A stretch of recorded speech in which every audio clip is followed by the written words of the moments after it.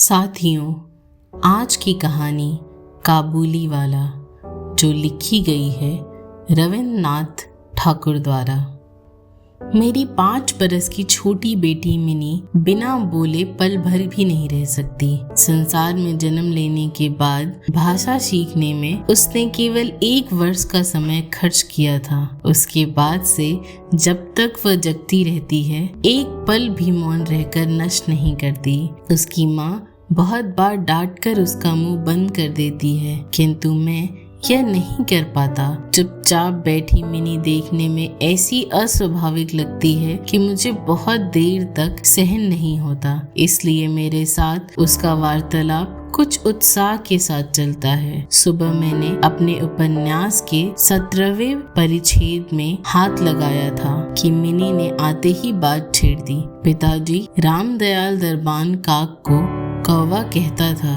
वह कुछ नहीं जानता है ना। संसार की भाषाओं की विविधता के संबंध में उसे ज्ञान दान करने के लिए मेरे परवत्र होने के पहले ही वह दूसरे प्रसंग पर चली गई। देखो पिताजी, भोला कह रहा था कि आकाश में हाथी सूंड से पानी डालता है, उसी से वर्षा होती है। मयारी, भोला कैसी बेकार की बातें करता रहता है, खाली बकबक करता रहता है, दिन रात बकबक लगाए रहता है। इस बारे में मेरी हाँ ना की तनिक भी प्रतीक्षा किए बिना वह अचानक प्रश्न कर बैठी। पिताजी, माँ तुम्हारी कौन होती है? मन ही मन कहा साली।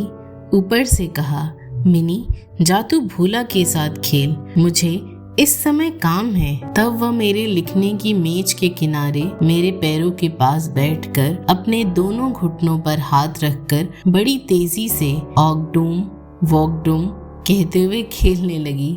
मेरे 17 परिच्छेद में उस समय प्रताप सिंह काचल नाममाला को लेकर अंधेरी रात से कारागार के उच्च वातायन से नीचे बहती नदी के जल में कूद रहे थे। मेरा कमरा सड़क के किनारे पर था। सहजा मिनी आगडूम वॉकडूम का खेल छोड़कर जंगले की तरफ भागी और जोर जोर से पुकारने लगी, काबुली वाले, ओ काबुली वाले। मेले से ढीले ढाले कपड़े पहने, सिर पर पगड़ी बांधी, पीठ पर झोली लिए, हाथों में अंगूरों के 2-4 बक्स लिए एक लंबा काबुली वाला सड़क कर धीरे धीरे जा रहा था।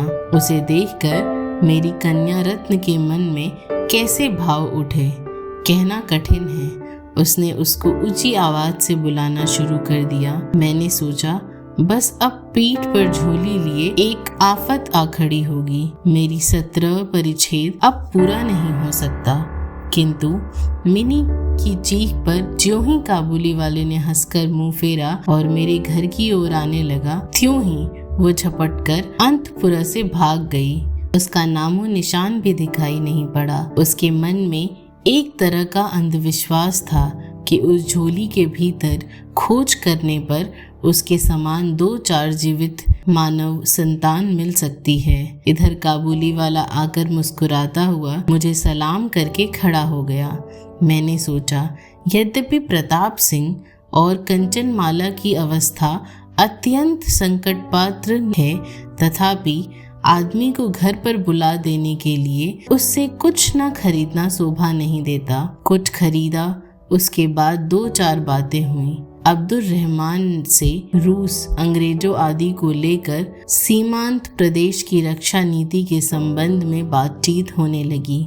अतः मैं उठकर चलते समय उसने पूछा, बाबू तुम्हारी लड़की कहाँ गई? मैंने मिनी के भय को समूल नष्ट कर देने के लिए अभिप्राय से उसे भीतर से बुला लिया। वह मेरी देह से सटकर काबुली वाले के चेहरे और झोली की ओर संदिग्ध दृष्टि से देखने लगी। काबुली वाले उसे झोली से किशमिश खुबानी निकाल कर देने लगा, पर वह लेने को किसी तरह राजी नहीं हुई। दुगने संदेह से मेरे घुटने से सट कर रह गई। प्रथम परिचय इस प्रकार पूरा हुआ। कुछ दिन बाद एक दिन सवेरे किसी काम से घर से बाहर जाते समय देखा मेरी दुहिता द्वार के पास बेंच के ऊपर बैठकर अनगल बातें कर रही है और काबुली वाला उसके पैरों के पास बैठा मुस्कुराता हुआ सुन रहा है। और बीच बीच में प्रसंग अनुसार अपना मतामत मीम मिश्रित बंगाली में व्यक्त कर रहा है। मिनी को अपने 5 वर्षीय जीवन की अभिज्ञता में पिता के अतिरिक्त ऐसा धैर्यवान श्रोता कभी नहीं मिला था। मैंने यह भी देखा कि उसका छोटा आंचल बादाम किशमिश से भरा था। मैंने काबुली वाले से कहा, उसे यह सब क्यों दिया? अब फिर मत देना। और मैंने जेब से एक अठन्नी निकालकर उसको दे दी। बिना संकोच के अठन्नी लेकर उसने झोली में रख ली। घर लौट कर देखा, उस अठन्नी को लेकर पूरा झगड़ा मचा हुआ है। मिनी की माँ सफेद चमचमाते हुए गोल आकार पदार्थ को लेकर कड़े स्वर में मिनी से पूछ रही थी, तुझे ये अठन्नी कहाँ से मिली? मिनी कह रही थी, काबुली वाले ने दी है। उसकी माँ कह रही थी, काबुली वाले से अठन्नी लेने तू क्यों गई? मिनी ने रोने की तैयारी करते हुए कहा, मैंने मांगी थोड़ी ही थी, उसने स्वयं दे दी। मैंने आकर आशन विपत से मिनी का उद्धार किया और उसे बाहर ले गया। पता लगा काबुली वाले के साथ मिनी की यह दूसरी मुलाकात हो। ऐसा नहीं था। इस बीच में उसने प्राय प्रतिदिन आकर पिस्ता बादाम घूस में देकर मिनी के नन्हे लुब्ध हृदय पर बहुत कुछ अधिकार कर लिया है। मालूम हुआ उन 2 मित्रों में कुछ बंधी हुई बातें और परिहास प्रवलित हैं। जैसे रहमत को देखते ही मेरी कन्या हंसते हंसते पूछती, काबुली वाले, ओ काबुली वाले, तुम्हारी झोली में क्या है? रहमत अनावश्यक चंद्र बिंदु जोड़कर हंसते हुए उत्तर देता, हाथी। अर्थात उसकी झोली में एक हाथी है। उसकी हंसी का यही गुण रहस्य था। यह रहस्य बहुत ज्यादा गुण था, यह तो नहीं कहा जा सकता, किंतु इस परिहास से दोनों ही काफी विनोद का अनुभव करते रहते और शरत काल के प्रभात में एक वयस्क और अप्रावयस्क शिशु का सरल हास्य देखकर मुझे भी अच्छा लगता। इनमें एक और बात भी प्रचलित थी। रहमत मिनी से कहता, मुन्नी, तुम क्या ससुराल कभी नहीं जाओगी?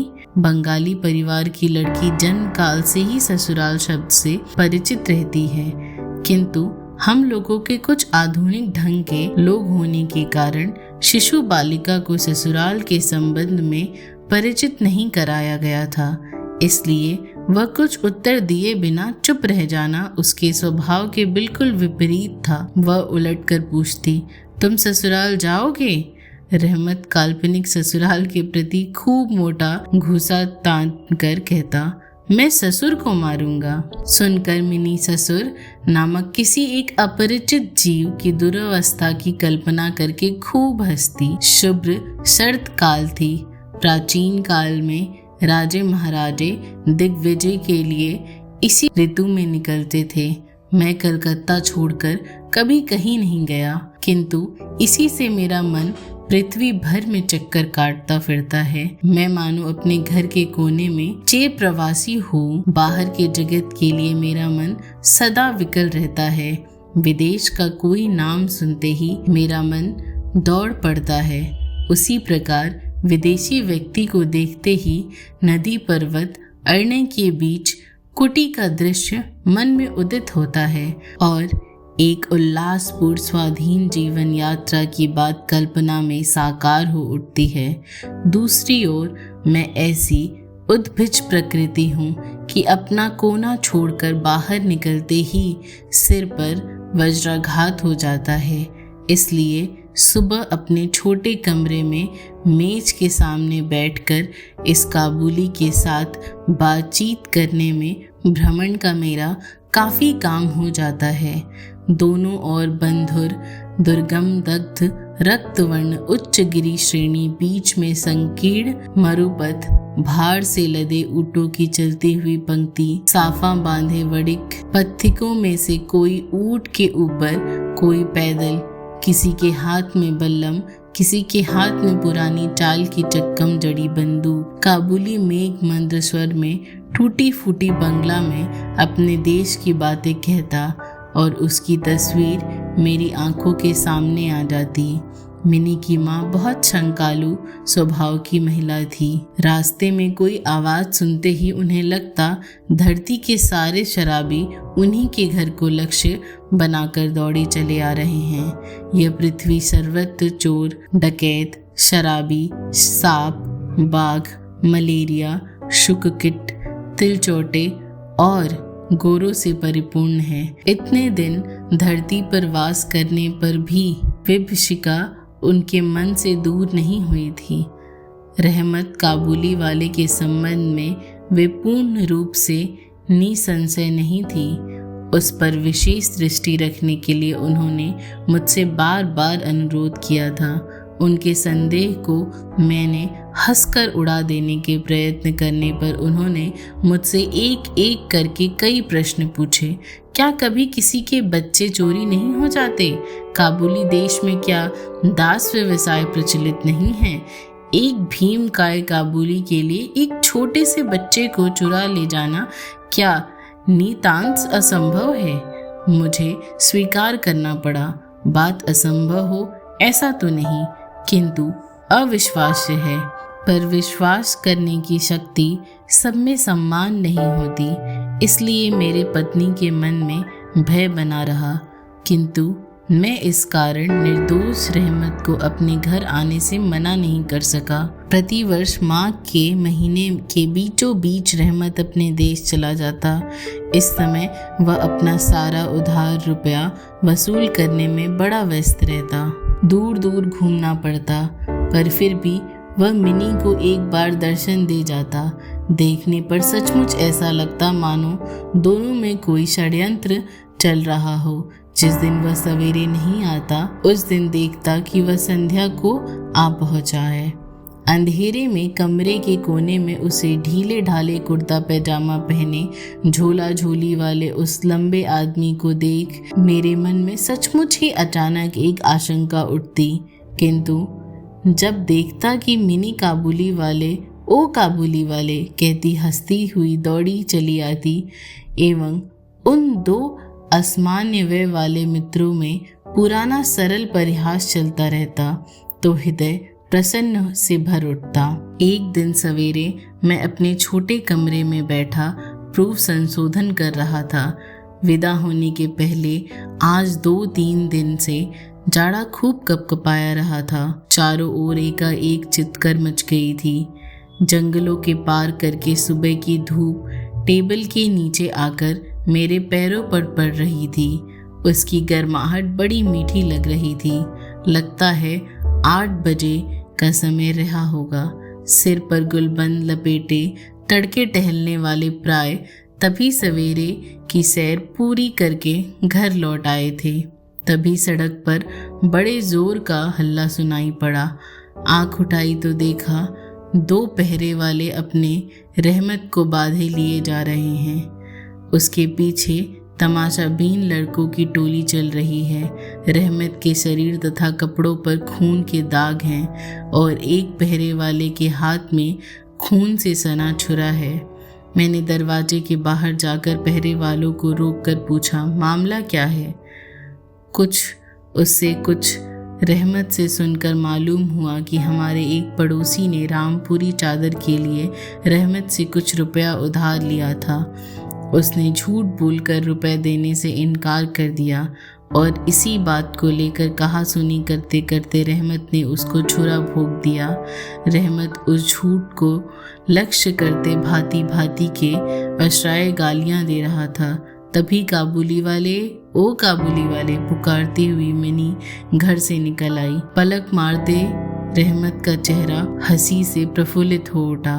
उसके कंधे पर आज झोली नहीं थी, इसलिए झोली के संबंध में उनकी नियमित आलोचना नहीं हो सकी।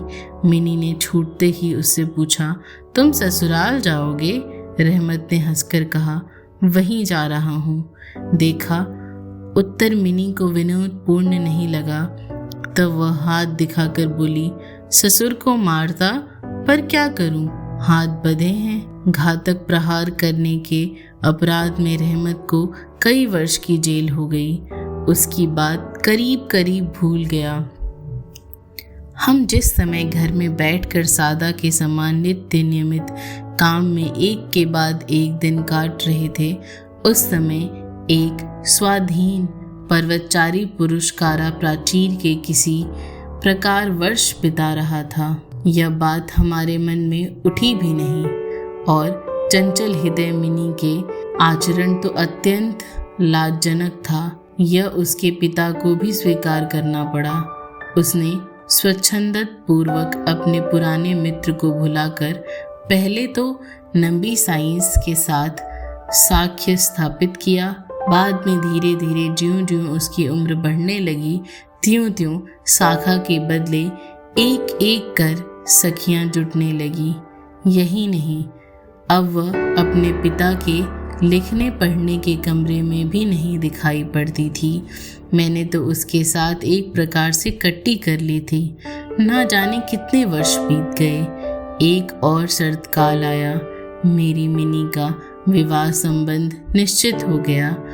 पूजा की छुट्टियों में उसका विवाह होगा कैलाशवासिनी के साथ। मेरे घर की आनंद में भी पितृभवन का अंधेरा करके पितृगृह चली जाएगी। अत्यंत सुहावना प्रभात था। वर्षा के बाद शरद की नई धूप ने जैसे सुहागे में गलाए हुए निर्मल सोने का सा रंग धार लिया हो। यही नहीं, कलकत्ता की गलियों के भीतर के घुटनदार जर्जर ईंटों वाले सटे हुए मकानों पर इस धूप की आभा ने एक अपूर्व लावण्य बिखेर दिया था। आज मेरे घर में रात बीतते न बीतते ही शहनाई बज उठी थी। वह बांसुरी मानो मेरे हृदय के अस्थिर पिंजर में से क्रंदन करती बज रही है। करुण भैरवी रांगिनी से मेरी आशंत वियोग व्यथा को शरद की धूप के साथ समस्त संसार भर में व्याप्त कर रही थी। आज मेरी मिनी का विवाह था। सवेरे से ही बड़ी भीड़ भाड़ थी।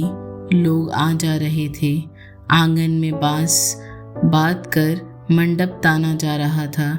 घर के कमरों में और बरामदों में झाड़ टंगने की ठक ठक आवाज़ें हो रही थी। शोरगुल की हद नहीं थी। मैं अपने लिखने के कमरे में बैठा हिसाब देख रहा था।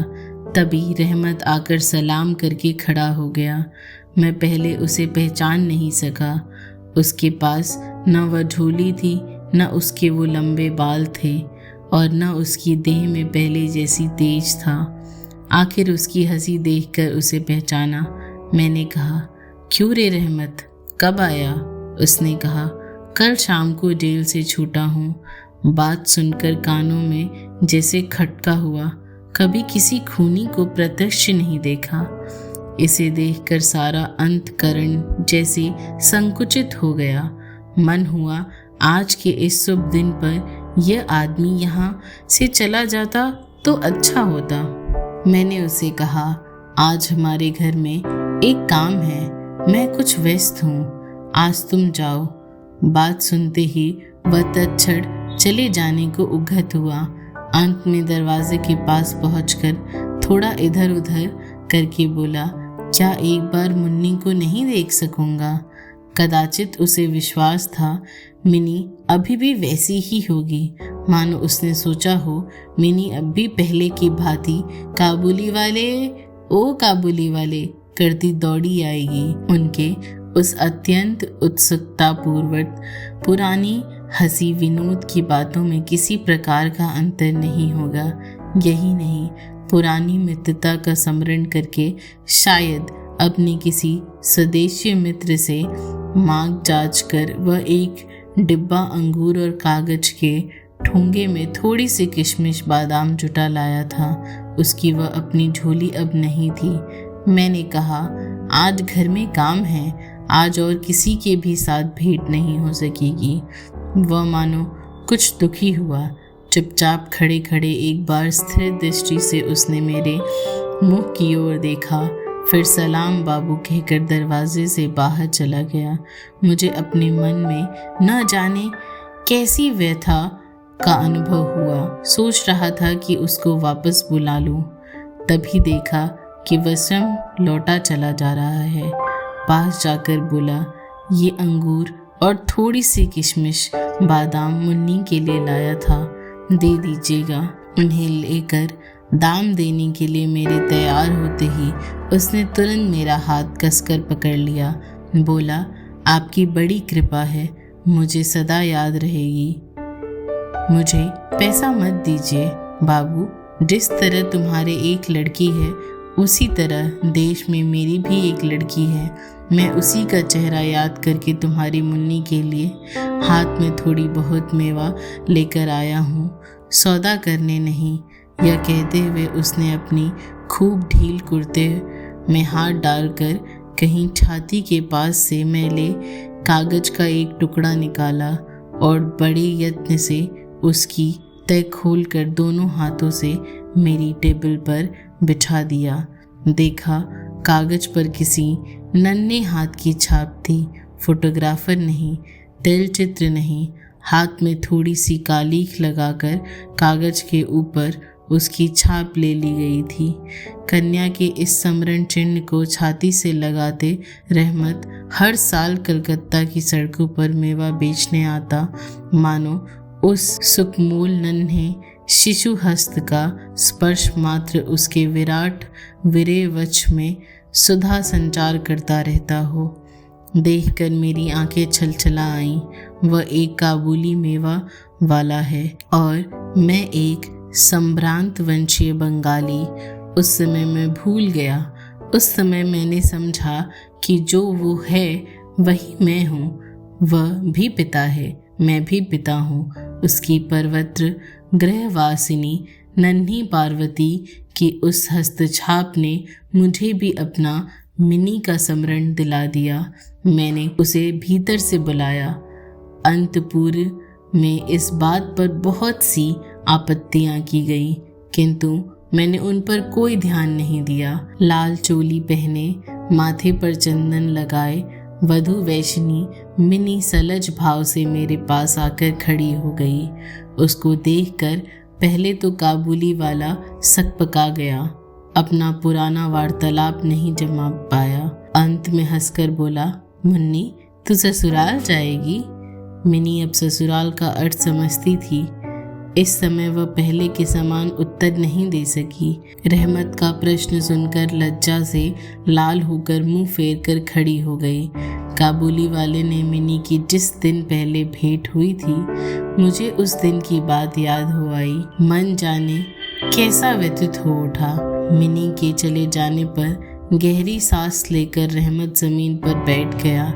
अचानक उसकी समझ में साफ आ गया, इस बीच उसकी पुत्री भी इसी तरह बड़ी हो गई होगी। उसके साथ भी अब नया परिचय करना होगा। वह उसे बिल्कुल पहले जैसी नहीं मिलेगी।